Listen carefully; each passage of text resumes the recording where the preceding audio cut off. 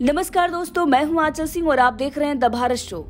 अजीत पवार ने मुख्यमंत्री बनने को लेकर एक तगड़ा बयान दे दिया है। इससे पहले कई बयानबाजी हुई, जो अटकलें हैं सियासी वो भी लगाई जा रही थी, लेकिन अब अजीत पवार ने मुख्यमंत्री बनने पर एक तगड़ा जवाब दिया है। सवाल उनसे पूछा गया था कि क्या आप 2024 में मुख्यमंत्री पद के लिए दावेदारी करेंगे। इस पर उन्होंने जवाब दिया है और इस जवाब से शरद पवार और भी चौकन्ने हो जाएंगे। वहीं उद्धव ठाकरे और संजय राउत को भी तगड़ा झटका लगा है। किस प्रकार से उन्हें झटका लगा है इसके बारे में आपको आगे बताएंगे। इसके साथ ही आपको बता दें कि एक बार फिर से अजीत पवार ने प्रधानमंत्री नरेंद्र मोदी की तारीफ की है और जो पिछले दिनों से कयास लगाए जा रहे थे कि अजीत पवार बीजेपी में शामिल होने जा रहे हैं, उसे और भी हवा मिल गई है।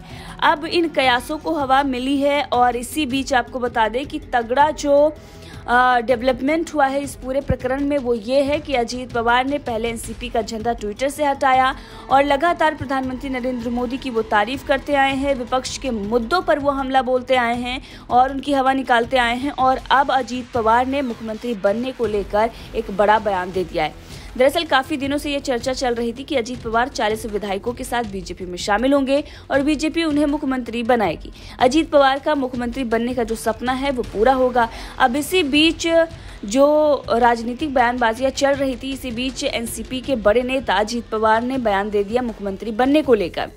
उन्होंने कहा कि वो आज भी महाराष्ट्र के मुख्यमंत्री पद की जिम्मेदारी लेने के लिए तैयार हैं।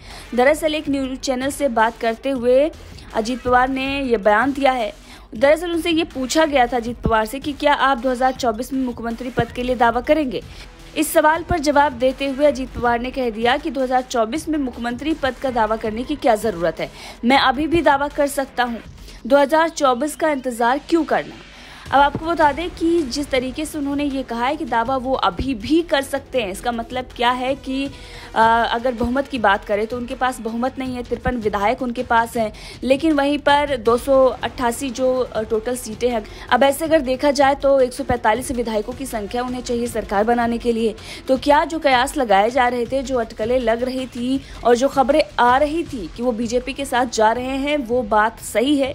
वो बीजेपी के साथ क्या मुख्यमंत्री पद के लिए विधायकों को लेकर जा रहे हैं, ये अभी भी सवाल खड़ा हो रहा है, क्योंकि बीच में ये खबरें आने लगी थी कि शरद पवार ने जो तोड़फोड़ एनसीपी में चल रही थी, उस तोड़फोड़ से एनसीपी को बचा लिया है और अजीत पवार बीजेपी में विधायकों को लेकर नहीं जा पा रहे हैं। क्योंकि अजीत पवार को एनसीपी प्रमुख जो है शरद पवार, वो 2-2 कह चुके हैं कि अगर तुम्हें जाना है व्यक्तिगत तौर से तो आप जा सकते हैं, लेकिन आप एनसीपी को ना तोड़ें। लेकिन अब अजीत पवार ने ये कह दिया है कि वो अभी भी मुख्यमंत्री पद के लिए दावा कर सकते हैं। इसके साथ ही आपको बता दें कि एक बार फिर से प्रधानमंत्री नरेंद्र मोदी की उन्होंने तारीफ की है। पिछले दिनों उन्होंने कई मुद्दों पर प्रधानमंत्री नरेंद्र मोदी का समर्थन किया था, चाहे ईवीएम का जो सवाल विपक्ष पूछता आया है उस पर हो या प्रधानमंत्री नरेंद्र मोदी की डिग्री को लेकर हो, उन्होंने प्रधानमंत्री नरेंद्र मोदी का समर्थन किया था। और एक बार फिर से उन्होंने ये कहा है कि प्रधानमंत्री नरेंद्र मोदी के करिश्मे को इनकार नहीं किया जा सकता। अब आपको बता दें कि दूसरी तरफ संजय राउत, उद्धव ठाकरे और कांग्रेस जो है इन्हीं मुद्दों को लगातार उठाए हुए है। कांग्रेस हो या फिर संजय राउत हो, उद्धव ठाकरे हो, वो प्रधानमंत्री नरेंद्र मोदी की डिग्री पर सवाल खड़ा कर रहे हैं। इसके साथ ही ईवीएम का भी रोना वो रो रहे हैं। लेकिन पवार ने, चाहे शरद पवार खुद हो या अजीत पवार हो, वो इन सब मुद्दों को बेफजूल का मुद्दा बता रहे हैं। अडानी का मुद्दा जो है वो लगातार उछाला जा रहा है, लेकिन उस पर भी शरद पवार ने मोदी का समर्थन किया था। खुद शरद पवार ने कहा था कि ये मुद्दा बेफालतू का मुद्दा है।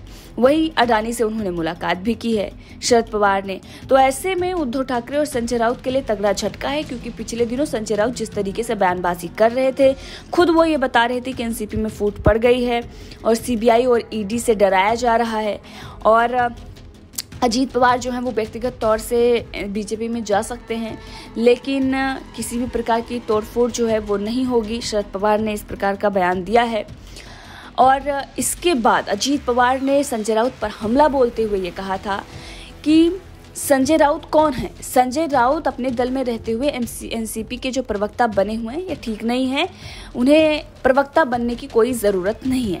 इस पर पलटवार करते हुए संजय राउत ने अजीत पवार से कह दिया था कि जब शिवसेना टूटी थी तो आप क्यों शिवसेना के प्रवक्ता बने हुए थे। साफ तौर पर दोनों की जो अनबन है वो अब सामने आ रही है। दोनों में घमासान जो मचा हुआ है वो भी अब मीडिया में आ रही है। संजय राउत ने तो यहाँ तक कह दिया था कि मैं किसी के बाप से नहीं डरता, मैं सिर्फ पवार की सुनता हूँ, यानी कि शरद पवार की सुनता हूँ। उन्होंने अजीत पवार के लिए ये कह दिया था कि मैं किसी के बाप से भी नहीं डरता। और इसके साथ ही उन्होंने ये भी कह दिया था कि जो भी वो इतने दिन से बयानबाजी कर रहे थे वो सच्चाई है और सच बोलने से मैं नहीं डरता। बहरहाल अजीत पवार ने एक बार फिर से ये भी बता दिया है कि उनकी जो पार्टी है वो धर्मनिरपेक्ष पार्टी नहीं रह गई है और इसीलिए बीजेपी के साथ जाने में कोई गुरेज नहीं है। दरअसल पिछले दिनों ये खबर चली कि शरद पवार का ये कहना है कि वो हिंदुत्व वाली पार्टी, भगवा पार्टी जो है वो बीजेपी के साथ गठबंधन नहीं करेंगे। जो उन्होंने अपने राजनीतिक करियर में कमाया है उसे वो नहीं गंवाएंगे। अब इसी पर अजीत पवार ने बयान दिया है निशाना साधते हुए और कहा है कि हम धर्मनिरपेक्षता और प्रगतिशील होने के बारे में पहले बात करते थे, लेकिन 2019 में कांग्रेस और एनसीपी ने सरकार बनाने के लिए शिवसेना के साथ गठबंधन किया और इसलिए हम धर्मनिरपेक्षता से अलग हो गए क्योंकि शिवसेना एक हिंदुत्व पार्टी रही है। यानी कि यहाँ पर अजीत पवार ने शरद पवार को ये दिखाने की कोशिश की है कि हमने शिवसेना के साथ अगर गठबंधन किया तो राजनीतिक करियर पर धब्बा तो उसी वक्त लग गया। अगर आप बीजेपी के साथ जाने पर गुरेज कर रहे हैं तो शिवसेना के साथ जाना भी ठीक नहीं था। बहरहाल इस खबर को लेकर आपका क्या कुछ कहना है कमेंट करके जरूर बताइएगा। लेकिन जाते जाते आपको क्या लगता है कि क्या बीजेपी में आने से अजीत पवार को फायदा होगा या बीजेपी में आने का फैसला जो है वो ठीक है और क्या बीजेपी अजीत पवार को अपने साथ लेकर ठीक कर रही है या फिर नहीं।